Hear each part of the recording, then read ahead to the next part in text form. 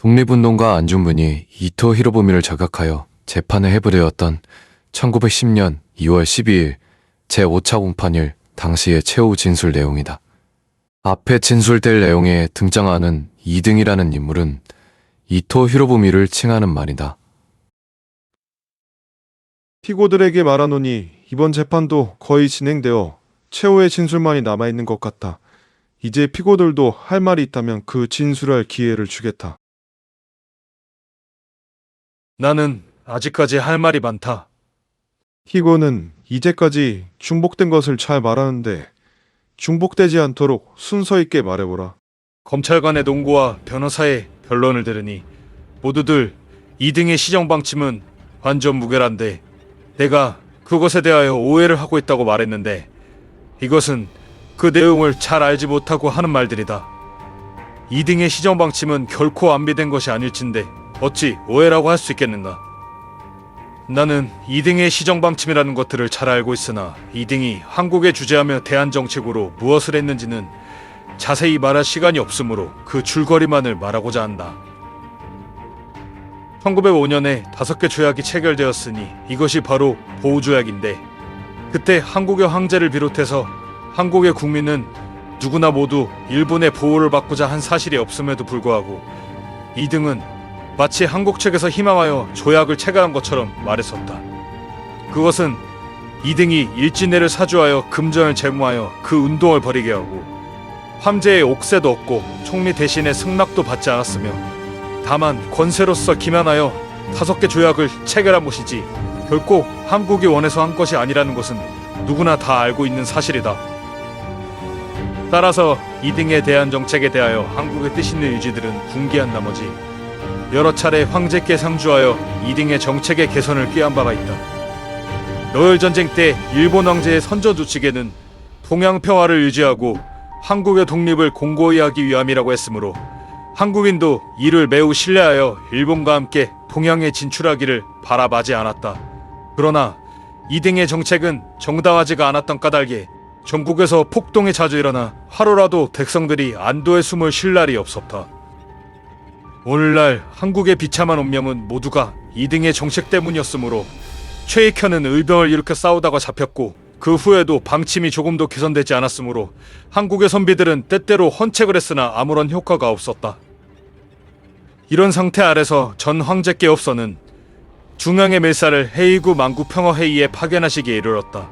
그것은 5개 조의 보호조약이 일본 측의 폭력에 의해 체결된 것으로서 왕의 옥세가 찢긴 것도 아니며 총리 대신이 보증한 것도 아니므로 그 경위를 널리 알리자는 뜻으로 평화회의에 참석시켰으나 어떤 사정 때문인지 잘 이루어지지 않았다. 그리하여 한국의 국민은 상하를 막론하고 붕괴한 나머지 뜻을 가진 자는 배를 갈라 순국하고 일본과 항전하기 위해서 일반 민중은 총칼을 들고 일본군에 저항하는 병난이 일어났다. 그 후 수십만의 의병이 조선팔도 도처에서 봉기하였다. 그뿐만 아니라 한국의 황제께업서는 일본이 한국을 정복하려는 참으로 국가의 운명이 위급한 순간에 가만히 앉아서 굼뜨고 어리석게 방관하는 자는 백성의 의무를 다하지 못하는 자라는 조칙을 내리시기에 이르렀다. 그리하여 한국 국민은 더욱더 붕괴하여 오늘날까지 항저를 멈추지 않고 있는 것이다. 아마도 오늘날까지 역살당한 한국인은 10만 이상을 헤아릴 줄로 안다. 10만 명의 한국인이 나라를 위해 싸우다가 죽었으니 이것은 본래의 소망이겠으나 사실은 이등 때문에 역살당한 것이다. 다시 말하면 머리에 쇠사슬을 씌워 생살하고 사회를 위협하기 위해 양민들에게 그 광경을 보이는 등 참형무도한 짓을 공공연히 자행하여 10여만 명을 죽인 것이다. 이와 함께 우리 의병의 장교도 적지 않게 천사하였다. 이등의 정책이 그러하므로 한 사람을 죽이면 10사람이 일어나고 10사람을 죽이면 100사람이 더욱 연이어 일어나기만 하였다. 따라서 이익은커녕 오히려 해독만 날로 더해갈 뿐이니 결국 한국에 대한 이등의 시정방침을 개선하지 않는 한 한국의 독립은 요원하며 전쟁은 끊임없이 계속되리라 생각한다. 이등이란 놈은 스스로 영웅인체하지만 사실은 간웅이다. 그놈은 간지가 많아 한국의 보호가 원만하게 이루어지고 날로 발전하는 양 신문에 떠들고 일본 천황과 그 정부에 대하여 가진 거짓말로 속이고 있었으니 한국 국민은 오래전부터 이등을 증오하고 그놈을 없애버리고 말겠다는 적개심을 품어왔었다. 사람이라면 누구나 생을 즐기려고 할지언정 죽기를 원할 자 있겠는가. 그러나 한국 국민은 하루 24시간을 도탄에 빠져 고생하지 않는 자가 없으니 아마 평화롭게 살기를 원하는 마음은 일본보다 훨씬 심각하리라고 생각한다. 또한 나는 이제까지 여러 계급의 일본인과 때때로 만나서 흉금을 터놓고 이야기해 본 적이 많다. 이와 같이 오늘 내가 말한 여러 계급의 인사들에게 다시 물어봐도 모두 동양의 평화를 희망하고 있다는 것을 대개는 알 수 있을 줄 안다. 그와 동시에 간신 이등을 얼마나 증오하고 있는지 그 정도를 짐작할 수 있으리라고 생각한다. 일본인도 그러하거늘 하물며 한국인으로서는 자기의 친척과 지기의 죽임을 당하는 마당에 어찌 증오에 맞지 않을 수 있겠는가. 따라서 내가 이등을 죽인 것도 전에 말한 바와 같이 의병 중장의 자격으로 한 것이지 결코 자객으로서 한 것은 아니다. 한국과 일본 두 나라의 친선을 저해하고 동양의 평화를 어지럽힌 장본인은 바로 이등이므로 나는 한국의 의병 중장의 자격으로서 그를 제거한 것이다. 그리고 나의 희망은 일본 천황의 치지와 같이 동양 평화를 이루고 오대주에도 모범을 보이고자 한 것이 그 목적함마다. 내가 잘못하여 범행을 저질렀다고 하지만 그것은 결코 잘못된 일이 아님을 주장하는 바이다. 그만하면 되지 않았는가? 아니, 좀 더 할 말이 남아있다. 내가 지금 말한 것처럼 이번 사건은 결코 잘못한 일이 아니므로 오늘날 만일 일본의 천황이 한국에 대한 이등의 시정방침이 실패했음을 알게 된다면 오히려 나를 충성스러운 사람이라고 칭찬하고야 말 것이다. 그리고 나를 단지 이등을 죽인 자객으로 대우하지 않을 줄로 확신하는 바이다.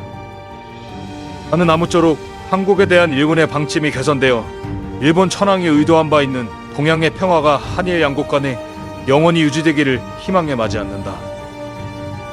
이 자리에서 한마디 더 말해둘 것은 앞에서 주 변호사의 말에 의하면 광무 3년 한청통상 조약에 의해 한국인은 청나라에서 치해법권을 가지며 또한 청나라는 한국에 대하여 치해법권을 가지고 있으므로 한국인이 해외에서 범죄를 저지를 때 아무런 명문이 없어 무죄라고 한 것은 매우 부당한 말이라고 생각한다.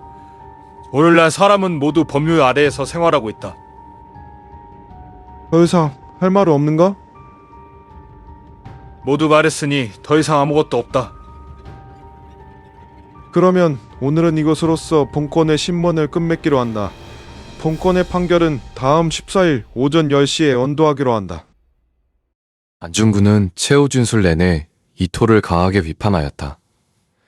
그는 1905년의 을사늑약이 한국인 누구도 일본의 보호를 원하지 않았음에도 이토가 마치 한국 측에서 희망하여 조약을 체결한 것처럼 말했다고 비판했으며 그 여파로 대규모의 의병 항쟁이 일어났고 10만 이상의 한국인이 죽었다는 점을 언급했다.